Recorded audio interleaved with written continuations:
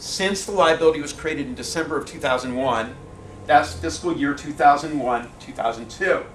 According to David Sundstrom, the county's auditor controller, he verified that looking at it 3 or 4 different ways, this unappropriated revenue that was available to pay this liability was $29 million to $48 million, depending upon how you look at various intergovernmental transfers.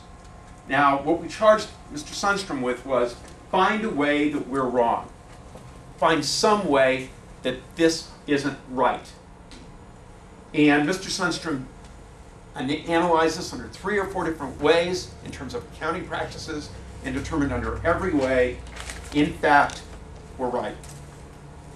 And since we have only $29 to $48 million in unappropriated revenue in the year to pay a liability that was created at $100 million, the debt limitation is violated. It is unconstitutional for that reason. Now, under case law, there are several exceptions to the debt limitation. One of them is what's called the Offner-Dean rule, and it deals with leases. Eric Norby, for example, is very familiar with those, having worked on a case similar to that. The idea there is, you don't have to pay on a lease, even if you take a lease after 5 years. You don't owe the money unless you're actually occupying. So it's a contingent liability. Not true of pensions. The minute they agree to them, they became vested. And because they're vested, you're stuck.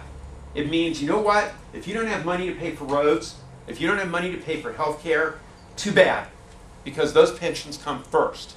So it's not a contingent obligation. The second exception is the one that actually saves the retroactive increase of 2004, we think, the one for OCEA. It was similar to this.